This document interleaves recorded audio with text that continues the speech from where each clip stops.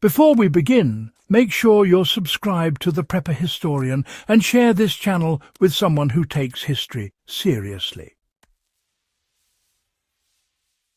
What we're covering today isn't trivia.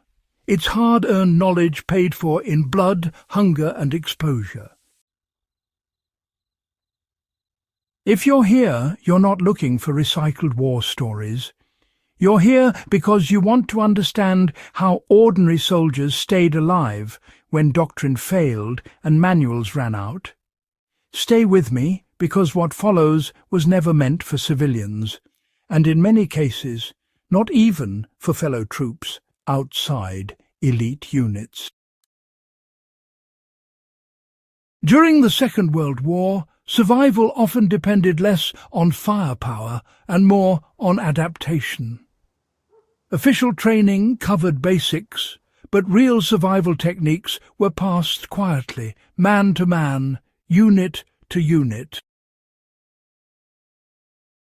Some were so effective or so morally complicated that commands actively discouraged their spread. Others risked exposing vulnerabilities if captured. These 5 methods weren't myths. They were field-proven, and honestly, they still matter today. How soldiers learned to regulate body heat using moisture instead of fighting it. One of the most counterintuitive survival lessons learned in the Second World War was that staying dry was not always the priority. In extreme cold, particularly on the Eastern Front, soldiers discovered that sweating was often deadlier than rain or snow. German and Soviet troops alike learned to deliberately vent clothing layers before exertion, even in sub-zero conditions, because sweat froze during rest periods and led to hypothermia and trench foot. Veterans quietly taught replacements to open collars, loosen boots, and slow their pace long before overheating. This knowledge was, rarely written down, because it contradicted standard cold weather doctrine. In modern terms, the lesson is simple and still applies today. If you're hiking, bugging out, or working in cold conditions, manage heat, not comfort. Strip layers early, not late. These days, that might mean unzipping a jacket before chopping wood, or pacing yourself uphill instead of just powering through. World War II proved that, honestly, moisture management saves more lives than insulation alone. Now, let's talk about how soldiers created invisible shelters that defeated both aerial and ground detection. Camouflage wasn't just about tossing up some netting or piling on a bit of foliage. Soldiers learned to build shelters that actually broke up visual patterns, masked thermal signatures, and even muffled sound. Quite clever, really. In North Africa, and later on in Western Europe, Allied troops would dig these shallow fighting pits, but instead of neat straight lines, they made the edges irregular. Then they'd scatter the displaced soil far away from the site. No telltale mounds to give away their position. It was a bit of an art, In forests, soldiers would peel bark from fallen trees and use it to line their dugouts, so the fresh earth wouldn't stand out against the forest floor. It was all about blending in, making sure nothing looked out of place to a watchful enemy. Ingenious, if you ask me. This was kept quiet because it exposed how easily standard camps could be spotted. Applying this today means, thinking beyond tents and tarps. If you're setting up a temporary camp, avoid symmetry. Break outlines. Use existing terrain instead of altering it dramatically. Even a modern drone struggles to spot what doesn't look man-made. Puri soldiers learned that, invisibility was often better than armour. How controlled starvation was used to maintain strength under siege conditions. One of the darkest but most effective survival techniques involved ration manipulation.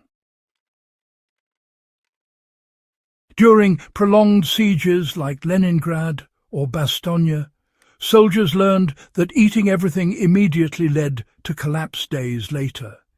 Instead, experienced NCOs taught controlled undereating, spreading calories evenly even when hunger screamed otherwise. The body adapts better to consistent deprivation than sudden feast and famine cycles.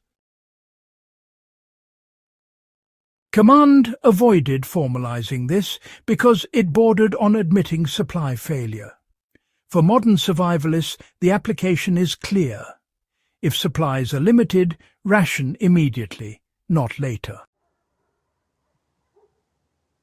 Right.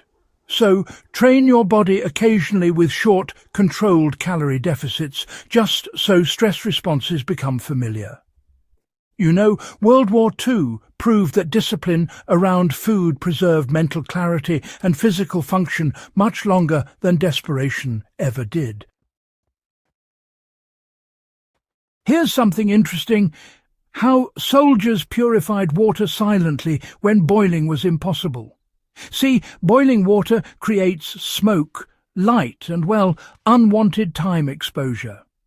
In contested areas, soldiers improvised filtration methods using cloth, sand, charcoal, and even, believe it or not, crushed brick.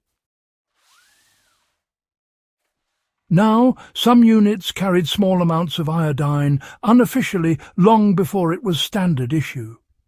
Others used prolonged sunlight exposure in clear containers to reduce pathogens, which these days is called solar disinfection. This knowledge stayed unofficial because it varied by environment and wasn't foolproof, but, it worked often enough to keep men alive. Today you can apply layered purification. Filter first, disinfect second, and only boil when safe. Carry redundancy, always. World War II taught that water discipline mattered more than food in the short term, and honestly, silence mattered more than perfection. How soldiers used routine and ritual to prevent psychological collapse. Perhaps the most overlooked survival trick was mental. Soldiers who survived the longest often maintained small routines, like shaving with cold water, cleaning weapons obsessively, or writing daily notes, even if unsent. These rituals anchored identity and prevented emotional unravelling under constant threat. Command rarely discussed this because morale was considered abstract, not tactical. For modern preparedness, this lesson is, absolutely critical. In prolonged crises, routine is survival equipment. Set schedules, maintain hygiene, mark time. World War II really showed us that the mind breaks before the body does, and, it's structure that holds everything together when nothing else will. These survival techniques weren't kept secret because they were, glamorous or anything like that. They were secret because they brought to light some uncomfortable truths about warfare, logistics, and, honestly, the limits of what humans can endure. The thing is, these lessons still apply today because, human physiology and psychology just haven't changed. So, If this kind of deep, practical history matters to you, go ahead and subscribe to the Prepper Historian. Share this with someone who values real knowledge and help keep these lessons alive. History only saves lives if we remember it.